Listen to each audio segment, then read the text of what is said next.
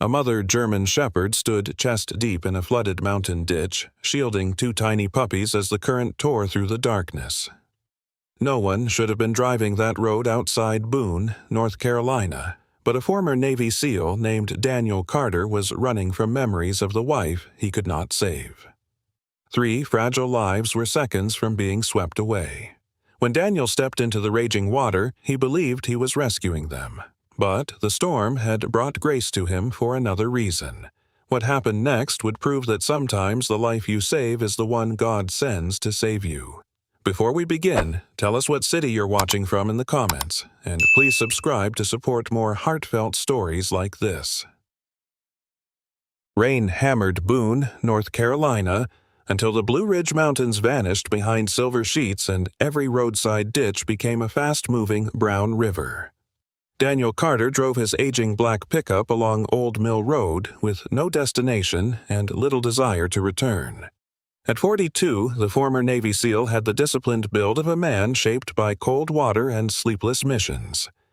He was tall and broad-shouldered, with weathered light skin, a square jaw darkened by brown stubble, pale gray-blue eyes, and close-cut dark hair streaked with silver at the temples. Boone knew him as polite but unreachable. He repaired fences for elderly neighbors and left before conversations became personal. Hannah had once teased that Daniel could enter a hostile building without hesitation, but treated kindness like a locked door. She had been 38, slender, with ivory skin, long auburn hair, and green eyes that made strangers feel remembered. Her sudden death from a brain aneurysm while Daniel was overseas had left him with no enemy to fight except himself. Her mustard yellow scarf still rested on the passenger seat. The road curved beside a drainage channel swollen by the storm. Daniel slowed when his headlights caught 3 shapes below the guardrail. At first, they resembled branches trapped in the current. Then, the largest lifted its head. A German shepherd mother stood belly-deep in rushing water. Her body curved around 2 tiny puppies wedged between roots and debris. She appeared about 5 years old, large-framed but painfully thin, with soaked black and tan fur clinging to visible ribs. One ear stood erect, while the other bent at the tip. Mud streaked her muzzle, and her amber eyes held terror, exhaustion, and fierce intelligence. Every trembling muscle remained arranged around the pups beneath her. Daniel stopped the truck. He listened to rain strike the roof. He remembered the hospital call and the careful voice explaining that Hannah had collapsed before anyone understood what was happening. He remembered asking what he should do, as though the right command might reverse time. Now another life waited beyond the glass, and the old helplessness rose inside him like cold water. "Not again," he whispered. He pulled a rescue rope from behind the seat, tied it around his waist, and secured the other end to the tow hook. The current struck above his knees when he entered the ditch. The mother lowered her head and showed her teeth, but she did not abandon the puppies. Daniel moved slowly, using the calm voice once reserved for frightened civilians. "I see them. I'm taking all of you." The lighter puppy was a 6-week-old male with sandy legs, a black mask, and oversized paws. Though shivering violently, he tried to crawl over his darker brother. The smaller pup had a glossy black muzzle, folded ears, and a white mark beneath his chin. His body felt frighteningly limp. Daniel tucked the smaller puppy inside his jacket, carried the other against his chest, and fought toward the truck. The mother followed, then turned back, searching the debris as though another child remained beneath the water. A cracking sound rolled down the hillside. Daniel saw a broken tree trunk spinning through the flood channel. He plunged back, wrapped both arms around the shepherd's chest, and pulled. She resisted for one desperate second before the trunk smashed through the place where she had been standing. Daniel and the dog hit the muddy bank as the branches vanished downstream. Inside the pickup, the mother counted her puppies with urgent nudges. Daniel drove toward his cabin, one hand on the wheel and the other near the darker pup beneath Hannah's scarf. By the time he carried them inside, the little body had stopped trembling. Daniel placed him beside the cold fireplace and pressed 2 fingers beneath his ribs. Nothing moved. The mother stumbled forward. Fear widened her amber eyes, but she did not growl. She gently lifted the motionless puppy by the scruff, crossed the floor, and placed him into Daniel's open hands. Daniel stared at the tiny face and heard Hannah's voice in his memory telling him that love sometimes meant trusting someone while every instinct begged you to run. "Teddy," he whispered. The mother stepped back, shaking, and surrendered her child's last chance to him. Teddy lay in Daniel Carter's palms with the terrible stillness of something already leaving the world. Water dripped from the puppy's dark fur onto the cabin floor, gathering in small black circles around Daniel's knees. For 1 second, Daniel could not move. The German shepherd mother stood several feet away, soaked, trembling, and watching him with amber eyes widened by fear. She had placed her child into his hands, but the weight Daniel felt was not the weight of a 6-week-old puppy. It was the weight of another night, 18 months earlier, when he had been sitting in a military transport terminal thousands of miles from Boone with a phone pressed against his ear. A nurse had spoken gently because gentle voices were used when words could not be repaired. Hannah had collapsed at home. The aneurysm had ruptured before the ambulance arrived. The surgeons had tried everything. Daniel remembered asking the nurse to say it again, not because he had failed to understand, but because some part of him believed the sentence might change if repeated. It never did. He had spent the following 18 months punishing himself for being absent, imagining impossible versions of the evening in which he noticed Hannah's headache sooner, drove her to the hospital, held her hand, or somehow ordered death to retreat. Now Teddy's head rested against his thumb, his black muzzle cold, his folded ears plastered to his skull. The familiar helplessness rose inside Daniel, but this time there was a body in front of him, a breath that might still be found, and a mother who had not surrendered. "No," he whispered. His voice hardened. "Not this time." He laid Teddy on a folded towel near the fireplace, keeping the puppy's head slightly lower as he wiped mud and water from the tiny mouth and nose. His hands shook, though those same hands had once assembled weapons in darkness and tied rescue knots while bullets struck stone around him. Combat had always given him an enemy. This room gave him silence. He rubbed Teddy's narrow chest with the warm towel, then placed 2 fingers against the ribs, searching for movement. Nothing. Daniel bent close, cleared another thread of debris from the mouth, and gave the smallest careful breath he could manage. The mother took 1 step forward. Her wet, black and tan coat clung to her starved body, and her bent ear flattened as a low sound formed in her throat. Daniel stopped and looked directly at her. "I know," he said. "I know he's yours." She trembled harder, but did not attack. Instead, she lowered herself onto the floor, every muscle rigid, as though forcing her own fear into obedience. Daniel returned to Teddy. He alternated gentle breaths with light compressions using 2 fingertips, counting under his breath. Each number seemed to drag him farther from the hospital call and deeper into the present. Beside him, the lighter puppy crawled weakly from Hannah's yellow scarf. He was larger than Teddy, with sandy legs, an oversized pair of paws, and a black mask that made his frightened face look older than 6 weeks. He whimpered once and tried to reach his brother, but his legs folded beneath him.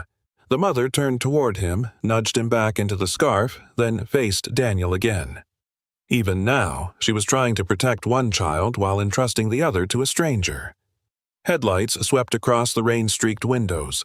A moment later, someone knocked hard on the front door. Daniel did not answer. He was counting again, watching Teddy's ribs, willing them to rise. The door opened anyway, and Ruth Miller entered carrying a canvas bag, a stack of old blankets, and a metal thermos tucked beneath one arm. Ruth was 70, short and narrow-framed, with fair skin weathered by mountain winters, silver hair braided loosely down her back, and hazel eyes that could look gentle and commanding at the same time. She wore a dark green raincoat over a burgundy sweater, thick wool pants, and brown boots darkened by mud. Ruth had lost her only son during military service nearly 20 years earlier. Grief had not made her soft, but it had taught her never to confuse silence with strength. She treated Daniel with the practical patience of someone who understood that wounded people often needed help most when they insisted they did not. "I saw your truck lights stop below the ridge," she said, then froze when she saw the dogs. Her gaze moved from the exhausted mother to the lighter puppy and finally to Teddy beneath Daniel's hands. She set everything down without another question. "How long?" "I don't know." Daniel gave another careful breath. "He was moving in the truck." Ruth knelt opposite him, her knees cracking beneath the soaked fabric. She opened the canvas bag and pulled out clean cloths, a hot water bottle wrapped in flannel, powdered puppy formula, and a small animal first aid kit she kept because strays often wandered onto her property. "Warm him slowly," she said. "Don't stop." Daniel almost told her he knew what he was doing, but pride felt obscene beside the puppy's stillness. Ruth wrapped the hot water bottle in another towel and placed it near Teddy's body without pressing it directly against him. Then she reached for her phone. "I'll call the emergency veterinarian in Hickory. Roads may be closed, but we need someone on the line." Daniel continued. The seconds became shapeless. Rain beat against the roof. The mother's breath came fast and shallow, and Ruth spoke quietly into the phone while waiting for an answer.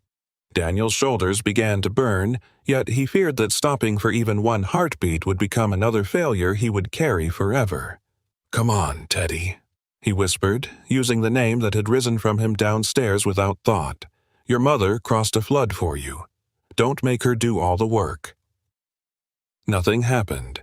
Daniel lowered his head, and Hannah's face appeared in his memory, not as she had looked in the hospital photograph, pale and distant, but alive in their kitchen, auburn hair tied carelessly behind her neck, green eyes laughing because he had burned toast. She had once told him that hope was not optimism. Hope was choosing the next useful thing when fear said nothing mattered. Daniel drew one more careful breath into Teddy's mouth. The puppy's body jerked. Daniel froze. A faint clicking sound came from the tiny chest, followed by a weak cough that released a thin stream of water onto the towel. "Again," Ruth said, dropping the phone onto the floor. Daniel rubbed Teddy's chest. The puppy coughed a second time, then pulled in a ragged breath and released a cry so small it barely rose above the rain. The sound broke something open inside Daniel.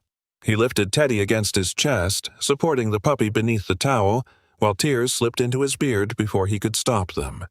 For 18 months, every tear had belonged to something lost.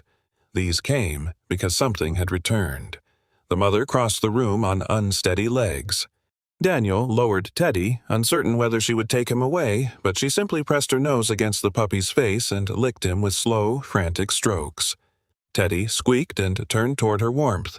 The lighter pup wriggled free of the scarf and crawled against Daniel's knee. Ruth watched the 3 dogs gather together, her lined face softening. "The brave one needs a name too," she said, touching one finger to the lighter puppy's sandy paw. "Cooper," Daniel replied after a moment. Hannah had once loved the name, though they had never had children to give it to. Ruth nodded, then looked toward the mother. "And she's Grace."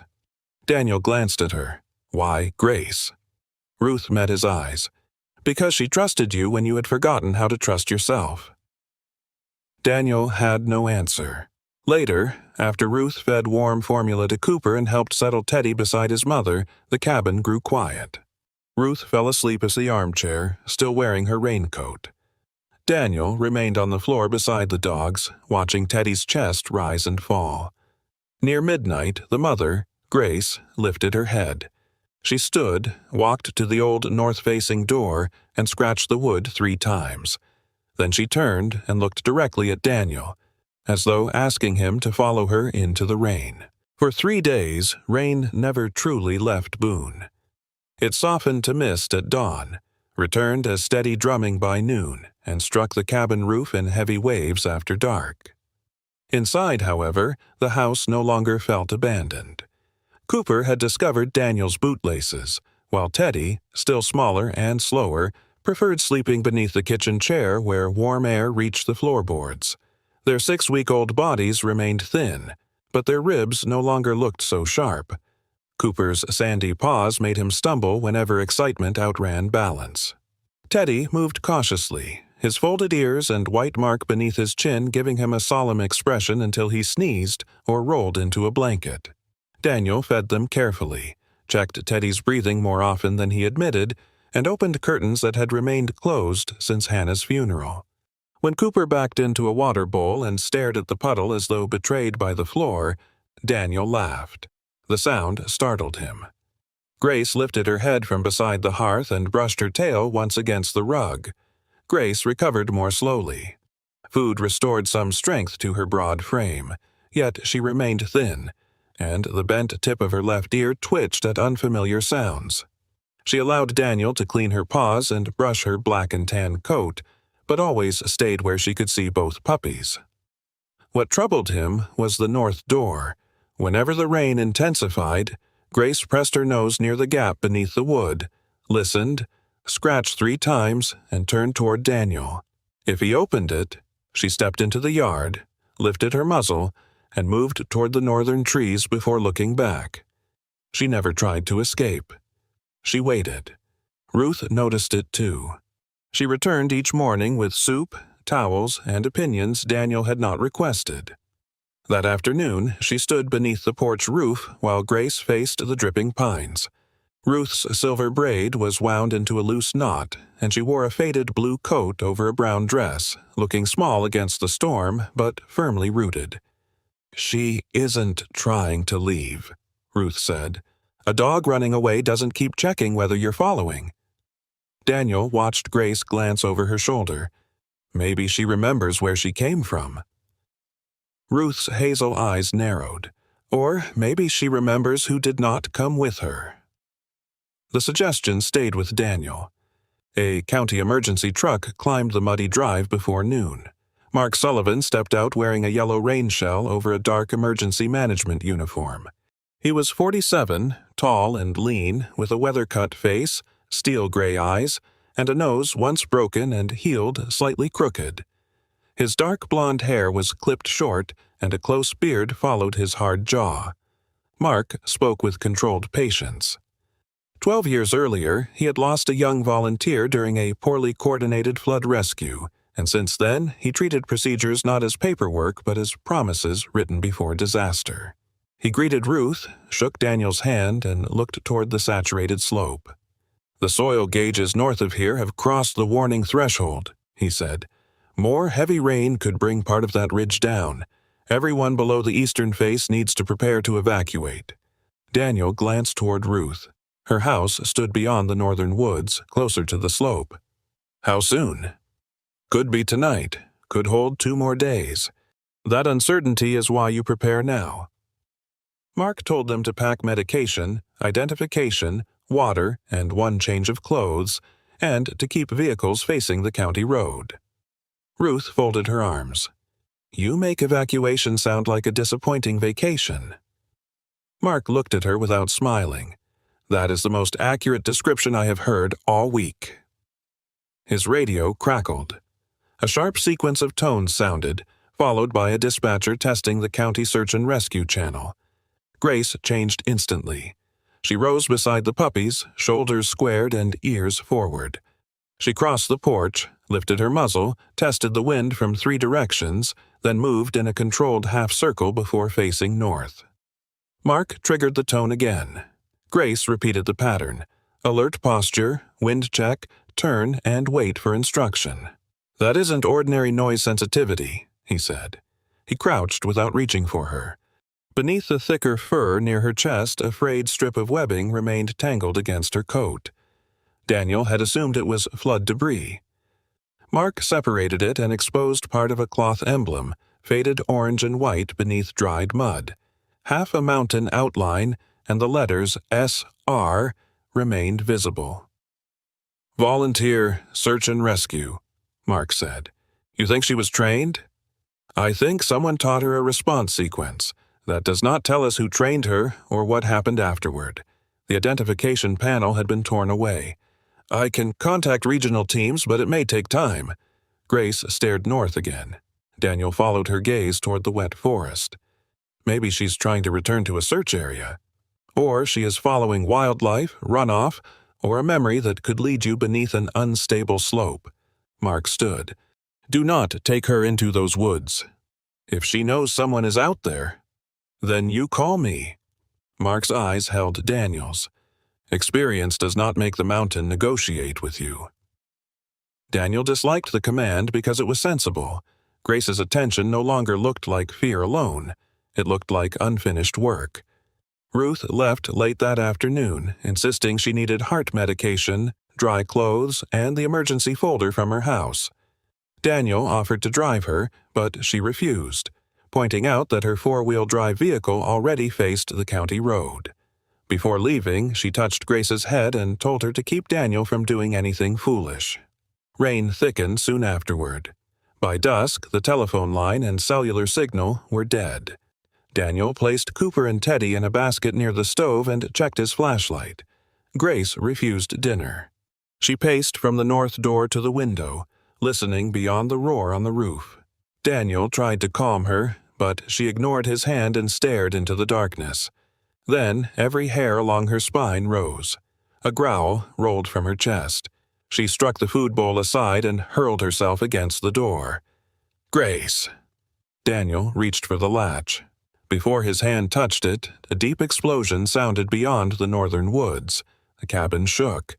Hannah's photograph fell from the mantel, and beneath the floor came the grinding thunder of moving stone. Grace hit the door again. The old latch broke. She vanished into the rain, running straight toward Ruth's house. Daniel reached the broken north door just as Grace disappeared between the trees. Rain struck the porch in slanted sheets, and the ground beneath the cabin seemed to tremble with the distant movement of stone. He grabbed his waterproof jacket, flashlight, rescue rope, and the county radio Mark had left on the kitchen table. Cooper and Teddy cried from their basket near the stove, disturbed by the shaking floor and their mother's sudden departure. Daniel hesitated only long enough to secure the basket behind the heavy couch, away from the windows. "Stay warm," he whispered, though the promise felt useless when spoken to two frightened puppies. Then he ran into the storm. Grace was already 50 yards ahead, a dark shape flowing through the rain. She did not crash blindly through the undergrowth or circle in confusion. She moved with purpose, lowering her muzzle near broken branches, lifting it to test the wind, then choosing a direction without slowing. Daniel had seen trained dogs work before. Panic scattered movement. Training sharpened it. Grace was following something. The radio crackled against his chest. "Daniel, answer me!" Mark Sullivan's voice was distorted by static but carried the same controlled authority he had shown at the cabin. Daniel raised the radio while climbing over a fallen pine. "I'm north of the house. Grace is leading toward Ruth's place. Turn around. The eastern section of the ridge has failed. We have mud moving through 2 drainage channels and another section could release at any moment." Daniel nearly slipped as wet earth collapsed beneath his boot. Ruth went home before communications failed. Silence held for half a second. "Her vehicle may already be gone. It's still worth checking." "You don't know that." Daniel looked ahead. Grace had stopped on a rise and was staring back through the rain. She barked once, then continued. "She does." Mark cursed softly. "Do not enter any damaged structure. Give me your position when you reach the clearing. I'm sending a team as soon as the lower road opens." The transmission dissolved into static before Daniel could answer. The forest had changed in less than an hour. Brown water rushed where the walking trail had been. Roots protruded from the hillside like exposed bones, and whole sections of ground sagged beneath the weight of rain. Grace crossed a shallow torrent by leaping from one submerged stone to another. Daniel followed more slowly, gripping a branch while the current pulled against his knees. His left shoulder, injured years earlier during a failed fast rope landing, tightened beneath the cold. He ignored it. They reached Ruth's property 7 minutes later. Her gray four-wheel drive vehicle remained parked beside the porch, one door slightly open. The rear of the small white house had been struck by a wall of mud, branches, and broken stone. A red maple lay across the kitchen roof. The front windows were dark. "Ruth!" Daniel shouted. Rain swallowed the name. Grace ran to the porch, sniffed the doorway, then circled the house. She paused once near the crushed kitchen wall, but continued toward the foundation. Daniel followed and found her pawing at a narrow ventilation opening almost buried beneath mud. She dug with such force that her nails scraped stone. Daniel dropped beside her and cleared wet leaves from the metal grate. "Ruth!" At first, there was only water moving beneath the house. Then a faint sound came through the opening. "Daniel?" Her voice was so weak he almost mistook it for the rain. He pressed his face closer to the grate. "I'm here. Are you hurt?" The floor gave way. "I'm in the root cellar." She coughed. "Something's on my leg." Daniel tested the grate. It was bolted from inside and too narrow for him to enter. The back wall was unstable, and the front door had shifted in its frame. A side window offered the only possible route. He wrapped one end of the rescue rope around the porch column and tied the other around his waist. Grace stayed close as he broke the window with the metal end of his flashlight, cleared the remaining glass, and pulled himself inside. The house smelled of wet wood, earth, and ruptured plumbing. Ruth's kitchen had partially collapsed into the cellar. Cupboards leaned at unnatural angles and muddy water dripped through cracks in the ceiling. Daniel moved carefully across the remaining floor joists. Grace entered behind him despite his command to stay outside. She lowered her body, placing each paw precisely, as if she understood that one wrong step could send them both down. A section of broken flooring exposed the cellar below. Ruth lay beside a fallen storage shelf, her silver hair loose around her pale face. Mud covered her faded blue coat, and one side of her forehead was bruised. A heavy wooden support and several shelves pinned her right leg. Yet, when she saw Daniel, her first expression was irritation rather than fear. "Mark told you not to come, didn't he? He tells everyone not to do anything useful."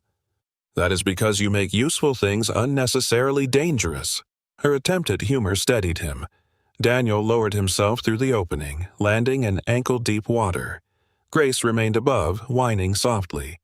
Ruth's hands were cold, but her eyes were alert. Daniel checked her neck and shoulders, then examined the trapped leg. The shelf had pinned her below the knee without obvious bleeding, though the angle suggested a severe sprain or fracture. "I'm going to lift the beam enough to pull you free," he said. "You have one bad shoulder. I have another one. That is not how shoulders work." Daniel threaded the rope around the support, created a crude lifting loop, and braced himself against the foundation wall. Pain cut through his left shoulder as soon as he pulled, and the beam shifted less than an inch. Ruth bit back a cry. Daniel reset his grip and pulled again, using his legs rather than his back. Grace barked above them, pacing along the edge. The beam rose. "Now," Daniel said. Ruth dragged herself backward with both hands while Daniel held the weight. Her trapped boot came free, followed by her swollen leg. Daniel released the rope, and the shelf crashed into the muddy water. He crawled to her and secured the rope around her waist. "I'll get you beneath the opening. Grace can help guide the line while I climb." The ground rumbled. It began as a vibration beneath Daniel's knees, then deepened into a rolling growl from the mountain. Grace flattened herself above the cellar. Daniel threw his body over Ruth as the house shifted. Crockery shattered somewhere overhead. The red maple pressed farther through the roof, forcing the kitchen wall inward. "Daniel," Ruth whispered. The second slide struck the rear foundation. A ceiling beam broke loose with a violent crack. Daniel saw it falling and pushed Ruth toward the wall. The timber hit his left shoulder, drove him to the ground, and settled across his upper chest. All the air left his lungs. For several seconds he could hear nothing but a high, ringing sound. When vision returned, Grace was beside him. She had found a path down through the collapsed floor. She bit the sleeve of his jacket and pulled backward, paws sliding through mud. The beam did not move. Daniel tried to push it with his right arm, but pain burned from his shoulder into his ribs. Ruth crawled toward him, dragging her injured leg. "Don't!" he gasped. "Stay near the opening." Water entered through a widening crack in the foundation, spreading across the cellar floor in a shallow brown current. Grace pulled again, growling with effort. Daniel touched her neck. "You can't lift it, girl." His radio had been crushed beneath the beam. Ruth's phone was gone. Mark's team might know the general area, but the damaged house could collapse before they arrived. Ruth could not climb without help, and Daniel could no longer move. Grace pressed her nose against his cheek. Daniel remembered the night she had placed Teddy in his hands. She had trusted him to do what she could not. Now he had to return that trust. He reached beneath his jacket and removed the orange emergency whistle attached to his vest. He placed the cord between Grace's teeth and closed her jaw gently around it. Then he pointed toward the broken window and the road beyond the trees. "Go." Grace stared at him, rainwater and mud running from her muzzle. She did not move. "Find Mark," Daniel said, forcing strength into his voice. "Go get help." Grace lowered her head and pressed her cold nose into his palm. For one long moment, she remained there, breathing against his skin. Then she turned, climbed through the broken floor, and disappeared into the ruined kitchen. Daniel listened to her paws strike the boards, then the porch, then the flooded ground outside. The sound faded into the rain. He closed his eyes beneath the crushing weight of the beam and imagined Grace running back to the cabin, back to Cooper and Teddy, back to the two lives that needed her more than he did. Grace did not return to the cabin. She carried Daniel's orange rescue whistle between her teeth and ran deeper into the flooded forest, following the faint scent of diesel, wet canvas, and the people who had arrived earlier to mark the unstable roads. Rain struck her face and filled her bent ear, but she never slowed for long. Her black and tan coat was heavy with mud, her ribs pulled sharply beneath the soaked fur, and every breath burned after days of hunger, sickness, and recovery. Still, she moved with the discipline that had once been taught into her bones. Choose the safest ground, test the air, avoid the deepest current, keep the lost person's scent close. When a flooded creek cut across the trail, Grace entered only far enough to test the force of the water, then climbed upstream until she found an old wooden footbridge. Half its railing had been torn away, and one end leaned toward the brown current. The boards shifted beneath her paws. She lowered her body, crossed one careful step at a time, and leaped to solid ground just as a plank broke loose behind her. Nearly a mile away, Mark Sullivan stood at the county roadblock beside two members of the emergency response crew. The rain had reduced visibility to less than 50 yards, and fresh mud flowed across the asphalt in slow, thick sheets. Mark's yellow rain shell was dark at the shoulders, his close beard dripping as he studied a map spread across the hood of the rescue truck. Beside him stood Lena Brooks, a 36-year-old paramedic with a compact athletic build, warm brown skin, dark eyes, and black hair braided tightly beneath her helmet. Lena was practical, calm, and known for speaking gently to injured people without ever softening the truth. Years of working mountain rescues had taught her that panic wasted oxygen and false hope wasted time. The second responder was Owen Price, a 52-year-old volunteer firefighter with a heavy chest, thick forearms, a round, weathered face, and a gray mustache that curled slightly at the ends. Owen joked whenever fear became too loud, but beneath the humor was a stubborn loyalty shaped by the night he had once lost a neighbor in a flash flood while waiting for equipment that arrived too late. Since then, he carried more rope than regulations required and was always the last man to leave a dangerous scene. "The eastern road is closing," Lena said, looking toward the hillside. "If another section comes down, this truck won't get out." Mark folded the useless map. The landslide had changed the drainage channels, buried trail markers, and erased the only reliable path toward Ruth's property. Daniel had stopped answering the radio 12 minutes earlier. Mark had already sent 2 calls through the emergency channel and received only static. Every instinct told him to move the team back before the road disappeared. Every memory of the young volunteer he had lost years ago told him that sending people blindly into unstable terrain could turn one rescue into 4 funerals. Then Owen pointed into the rain. "We've got company." Grace emerged from the trees, stumbling once before regaining her balance. Mark recognized her immediately. For a moment, he assumed Daniel had sent her back to the cabin and she had become disoriented. He stepped forward with one hand extended. "Easy, girl. Where's Daniel?" Grace did not stop at his hand. She seized the sleeve of his raincoat, pulled hard toward the forest, released him, and barked. The rescue whistle swung from her mouth. A strip of dark fabric was tangled around its cord. Mark took the material and felt his stomach tighten. It matched Daniel's waterproof jacket. One edge had been torn roughly, and fresh blood marked the cloth. "She brought a message," Lena said. Grace barked again, ran several yards toward the trees, then returned when they did not follow. Her movements were deliberate. Go. Wait, check, return. Mark had seen trained search dogs use the same pattern when guiding handlers toward a find. Owen was already lifting rope bags from the truck. "Looks like the dog just changed our evacuation plan." Mark studied the slope, then Grace. "Small team, no vehicle past the bridge. We move on foot, stay on our line, and turn back if the ground starts shifting."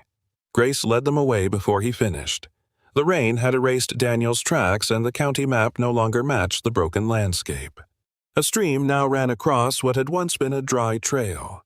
2 pines had fallen over a narrow ravine, and an entire section of hillside had collapsed into a field of mud and splintered trees.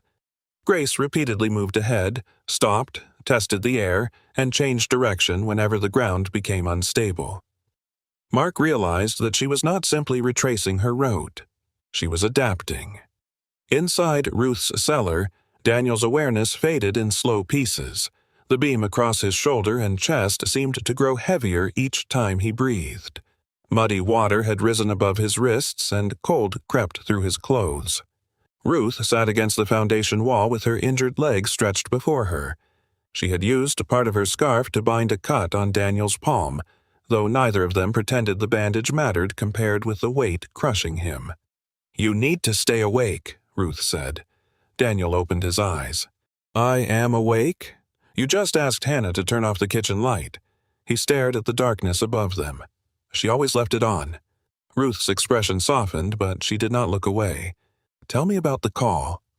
Daniel's jaw tightened. He had spoken of Hannah in fragments, never of the final hour. "I was overseas. A nurse told me Hannah had collapsed. By the time they understood it was an aneurysm, there was too much bleeding." His voice thinned. "I kept asking what I could do. She said there was nothing. And you decided that meant you had failed. I should have been there." "To do what?" "I don't know." Anger entered his voice because anger hurt less than grief. "Notice something. Drive faster. Hold her hand. Anything." Ruth leaned her head against the wall. Rain and falling debris murmured above them. "Hannah did not marry you because she believed you could defeat death." Daniel closed his eyes. "She loved a man who came home," Ruth continued. "You think your failure was being absent when she died. Maybe the greater tragedy is that you have stayed absent ever since." The words found the place beneath his armor. For 18 months, Daniel had treated survival as a sentence. He maintained the cabin, repaired other people's fences, and breathed because his body had forgotten how to stop. He had called it loyalty to Hannah, but perhaps grief had become an excuse to remain unreachable. A crack sounded above them. Mud poured through a gap near the cellar stairs. Daniel attempted to shift, and the beam pressed harder into his ribs. His vision darkened. "Daniel!" Ruth's voice sounded far away. He thought of Cooper and Teddy beside the stove. He thought of Grace running through the rain. Perhaps she had reached the cabin by now. Perhaps she had curled around her puppies and forgotten the man beneath the ruined house. The thought did not make him angry. A mother should choose her children. His breathing slowed. Then something scraped across the collapsed floor above. Ruth looked up. A dark muzzle appeared through a narrow opening between 2 broken boards. Grace forced her shoulders through, slid down a mound of debris, and landed in the muddy water. Daniel stared at her. "You came back?" The whistle was no longer in her mouth. Grace crossed the cellar, pressed her body beside his face, and rested her wet head against his neck. Her warmth was small against the cold, but her breathing gave him a rhythm to follow. In, out, in, out. Daniel buried his fingers in the fur beneath her collar. Above them, distant voices moved through the storm. Metal struck wood. Owen shouted that he had found part of the foundation. Lena answered from the far side of the house. Grace lifted her head and barked once. Outside, Mark froze beneath the broken kitchen wall. The sound came from somewhere below the wreckage, deep, muffled, but unmistakable. He looked toward the narrow opening Grace had used and understood that she had not remained safely beside the rescue team.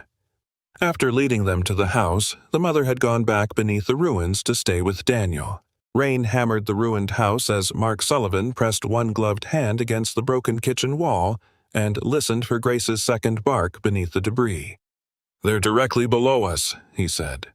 Lena Brooks lowered herself beside the narrow opening, her dark eyes following the cracks spreading through the remaining floorboards. Owen Price tested the nearest support with the handle of his rescue axe, then looked toward the section of roof sagging beneath the fallen maple. None of them needed to say what would happen if they disturbed the wrong beam. Mark removed his helmet and pushed his wet hair back, forcing himself to breathe slowly. Years earlier, during the flood rescue that had taken a young volunteer's life, he had allowed urgency to become confusion. He had spent 12 years building rules around that memory. Tonight, those rules had brought him to the edge of a collapsed house where a former Navy SEAL, an injured widow, and a German shepherd waited beneath several tons of wood and mud. Procedure still mattered, but it could not become an excuse for fear. "We open one path," Mark ordered. "No one cuts until Owen identifies the load points.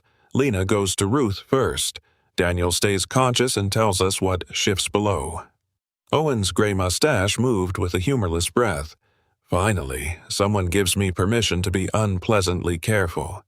They began removing boards by hand, passing each piece backward rather than throwing it onto the unstable roof. Mud slid through the gaps. Grace barked once more, then went silent. Beneath them, Daniel lay pinned under the beam with the dog's wet body pressed beside his face. Every breath scraped against his ribs. Ruth sat against the cellar wall, her injured legs stretched before her, one hand resting on Daniel's forearm to remind him that he was not alone. "They found us," she whispered. "Grace found them," Daniel corrected. His voice was barely more than air. Above, Mark called his name. Daniel opened his eyes. "Here." "Can you feel your legs?" "Yes." "Any numbness in your hands?" Daniel flexed the fingers buried in Grace's fur. "Right hand is good. Left shoulder is bad." "We know the main beam is carrying part of the kitchen floor," Mark said. "If it rolls, the roof may follow. I need you to tell me what you feel every time we change pressure." Daniel almost laughed. Mark was asking a man beneath a house to become part of his own rescue team. It was exactly the kind of request Daniel understood. "Ready." Owen cleared enough debris to expose a gap beside the cellar opening. Lena slid through with a medical bag tied to her waist. Her compact body allowed her to move between two cracked joists that would not have held Mark or Owen. She landed in the muddy water, checked Ruth's breathing and pupils, then examined the swollen leg without moving it. "You're leaving first," she said. Ruth pointed toward Daniel. "He is less comfortable than I am. He is also holding up part of your kitchen with his shoulder. I would prefer not to add your weight to the problem." Ruth gave her a tired look. "You have a rude way of sounding sensible." "It saves time." Lena secured Ruth in a rescue harness and guided the rope through the opening. Grace rose as Ruth was moved, but Daniel touched the dog's neck. "Stay." The command came softly, without expectation. Grace lowered herself again. When Ruth reached the surface, Owen and Mark pulled her across a plywood panel placed over the weakened ground. She cried out once as her injured leg cleared the opening, then covered the pain with a sharp breath. Even from outside, she refused the stretcher until Mark promised Daniel would not be abandoned. "You have 5 minutes before I crawl back in there myself," she warned. Mark believed she might try. Owen lowered a compact hydraulic jack, wooden cribbing blocks, and a second rope into the cellar. Mark followed, his tall frame scraping the opening. Up close, Daniel looked worse than Mark had expected. His face was pale beneath the dark stubble, his lips beginning to turn blue, and mud had dried along the lines around his eyes. Grace lay against him like a living shield, her black and tan coat streaked with dirt, her bent ear twitching whenever debris fell. "She won't leave," Mark said. "Neither would you." Daniel replied. Mark positioned the jack beneath the beam while Owen directed him from above. They built a stable base from the wooden blocks, adding them in alternating layers so the jack would not sink into the muddy floor. Mark tied the rope around Daniel's chest below the trapped shoulder, careful not to tighten it across his injured ribs. When the beam rises, Lena pulls from above. I guide you clear. You do not help unless I tell you. Daniel's gray-blue eyes opened wider. I can push with my right arm. You can also make the beam roll and kill all three of us. Mark held his gaze. For once, let someone else do the rescuing. The words struck Daniel harder than the pain. His entire adult life had been built around moving toward danger before anyone could stop him. Accepting help felt like surrender, yet Grace had already shown him another meaning. She had entrusted Teddy to his hands because love sometimes required yielding control. Now his own life had been placed into someone else's care. He nodded. Mark began operating the jack. The metal groaned. Dust and wet soil fell from above. Grace flinched, but stayed beside Daniel. "Quarter-inch," Owen called. Mark added a block. "Daniel? Pressure changing. Shoulder still trapped." Another quarter-inch. The roof cracked. Everyone froze. For several seconds, only rain and Daniel's shallow breathing remained. Owen checked the support from above. "Hold. Load transferred to the west wall. Slow from here." Mark lifted again. The beam rose enough for Daniel to draw a deeper breath, though pain turned his vision white. "Now," Mark said. Lena pulled the rope while Mark hooked both hands beneath Daniel's right arm and dragged him sideways. Grace scrambled after them. The beam shifted, dropped onto the cribbing, and sent a violent tremor through the cellar. Mark threw himself over Daniel as part of the ceiling collapsed where his legs had been. "Move!" Owen shouted. The rope tightened. Daniel was lifted through the opening, nearly unconscious, one hand still tangled in Grace's collar. Mark pushed the dog upward after him, then climbed out as the kitchen floor caved into the cellar behind them. Outside, Ruth lay beneath a rescue blanket, her silver hair plastered to her face. When she saw Daniel emerge, she closed her eyes and whispered something that sounded like a prayer. Grace walked beside the stretcher as Lena and Owen carried Daniel toward the road. At some point during the rescue, she had recovered the orange whistle from the mud. It now hung between her teeth, the cord swinging beneath her muzzle. Daniel opened his eyes once and saw her there. "Good girl," he whispered, before darkness took him. At the county hospital, doctors treated Daniel for a dislocated shoulder, 2 cracked ribs, hypothermia, and severe bruising. Ruth had a fractured ankle but no internal injuries. Grace refused to enter the examination area until Mark spread Daniel's torn jacket beside the waiting room wall. She lay on it with the whistle between her paws. While Daniel slept, Mark cleaned the mud from the damaged webbing found beneath Grace's chest. Under the faded volunteer rescue emblem, he discovered 4 numbers stamped into a metal fastener. A call to the Regional Search and Rescue Registry produced an answer before sunrise. Grace had belonged to Ethan Cole, a volunteer handler killed 8 months earlier during a landslide near Asheville. Ethan had been 39, a patient, soft-spoken outdoorsman known for working with frightened children and difficult dogs. His body had been recovered, but Grace had vanished during the same storm. Records showed she had recently been bred and was likely pregnant when she disappeared. Mark sat beside her and understood the pattern at last. The response to the radio tone, the careful search movements, the terror when Earth shifted, and the need to face north whenever heavy rain returned. Grace had not been chasing a sound. She had been answering an old duty. When Daniel woke, Mark told him the truth. Daniel listened without interrupting, his injured arm secured against his chest. "She lost her handler and still went back beneath that house," he said. Mark looked through the doorway where Grace waited. "She saved Ruth by finding her. She saved you by finding us. Then she went back because she would not leave her person alone." He removed a narrow reflective strip from his rescue vest, knelt before Grace, and fastened it gently around her temporary collar. "Tonight," he said, "she was the team leader." 4 days later, Daniel returned to the cabin with Ruth resting at a relative's home and Mark driving him up the repaired county road. Cooper and Teddy greeted Grace with frantic squeals, climbing over each other to reach her. Daniel watched the family reunite, but another thought followed him into the yard.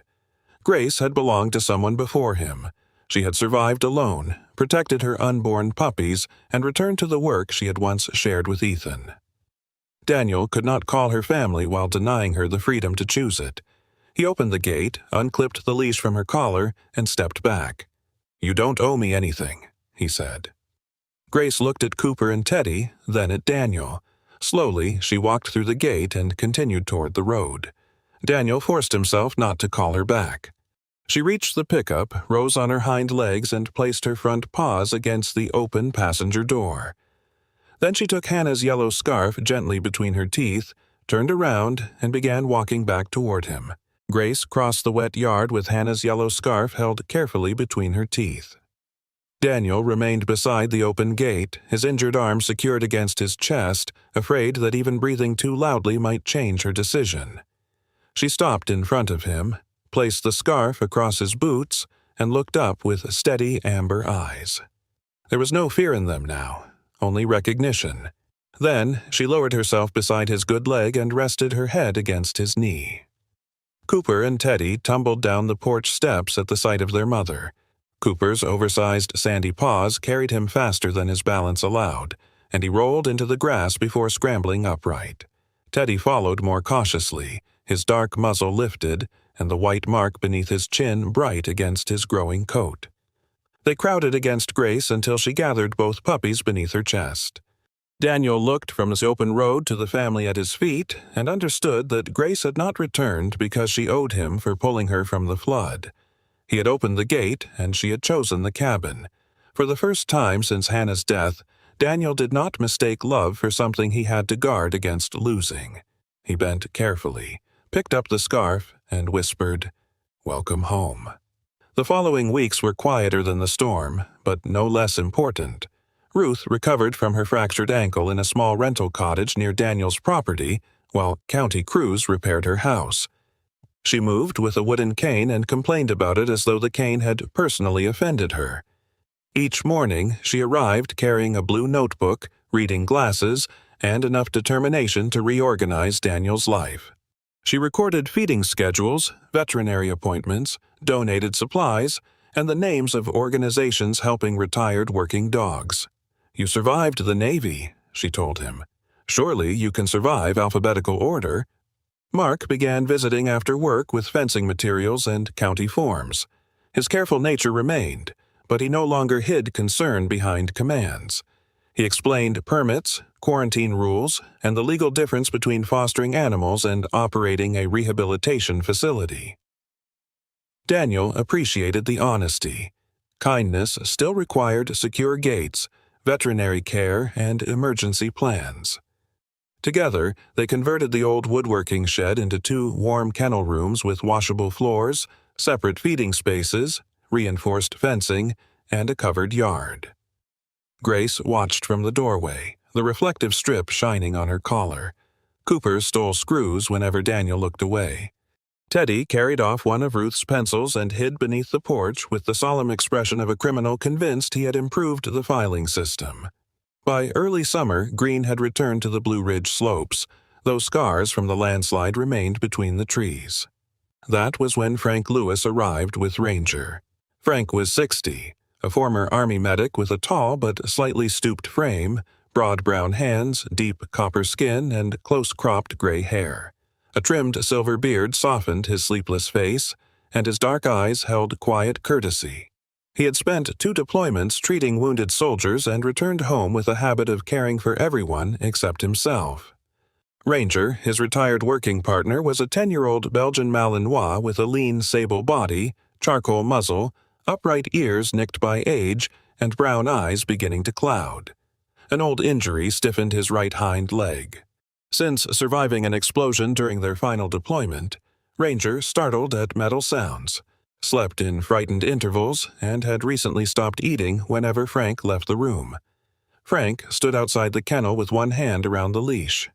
"He saved me more times than I can count," he said, shame tightening his voice. "Now I can't reach him." Daniel recognized that shame. It was the same belief that had kept him alone. If a protector could not repair every wound, then he had failed. Ranger refused to enter. He planted his paws, lowered his head, and watched the doorway as though darkness waited beyond it. Daniel did not pull the leash, and Frank gave no command. Grace approached from the yard but stopped beyond Ranger's reach. She lowered herself and placed her chin between her paws. Ranger stared at her. Grace blinked slowly and remained still. Minutes became an hour. Cooper and Teddy were taken inside. Ruth brought coffee but left without speaking. Mark leaned against the fence and watched the two working dogs face one another across the threshold, both shaped by storms they could not explain to people. At sunset, Ranger finally entered the kennel, but he refused food and trembled whenever the water heater clicked. Frank sat outside the door through the night with his back against the wall. Grace lay on the opposite side of the entrance, not touching Ranger and asking nothing from him. The night grew cool, yet neither dog moved. Daniel watched from the porch and understood that Grace was offering Ranger the same gift she had once offered him, a presence that did not demand explanations. Near dawn, Daniel heard the scrape of a metal bowl. Ranger had moved close enough to lie facing Grace through the doorway. His trembling had eased, and one ear tilted toward her breathing. After several minutes, he raised his head and ate half his food. Frank covered his mouth, but the sob escaped anyway. The former medic lowered himself beside the wall and wept with his shoulders shaking, one broad hand pressed over his eyes. Daniel placed a mug of coffee beside him and offered no speech. He knew some victories were too sacred for applause. Grace remained still until Ranger finished eating. Only then did she rise, stretch, and walk toward her puppies as though nothing extraordinary had happened. That morning gave the cabin its future. Daniel realized Grace's gift was not only finding people beneath wreckage. She knew how to remain near wounded creatures without demanding that they heal quickly. With Mark's guidance, Ruth's records, veterinary support, and help from regional veterans groups, the small foster program received permission to operate as a rehabilitation home. Daniel insisted they begin with only a few animals at a time. He remembered Mark's warning that compassion without preparation could become another form of harm. Ruth handled applications and medical records. Mark inspected the fences and emergency routes, while Frank began visiting twice a week to help dogs become comfortable around unfamiliar men. They named the place Blue Ridge Haven. Beneath the wooden sign, Ruth added a line in careful white letters, "A home for those who still remember the storm." Months later, the property no longer sounded like a place where grief had been stored. It held barking, laughter, bowls moving across floors, and doors opening for people who had forgotten how to ask for help. Ruth sat on the porch with her notebook across her knees. Mark repaired a stubborn section of fence while pretending not to hear her criticize his measurements. Frank drank coffee beside Ranger, whose gray muzzle rested peacefully across his boot. Cooper and Teddy chased each other through the summer grass, healthy, young shepherds with no memory of the flood. Teddy remained the quieter brother, while Cooper still approached every new object as though it had challenged him personally. Daniel sat on the porch step with Hannah's harmonica in his right hand. He had not played it since her death. The first note came thin and uncertain, and for a moment he nearly lowered the instrument.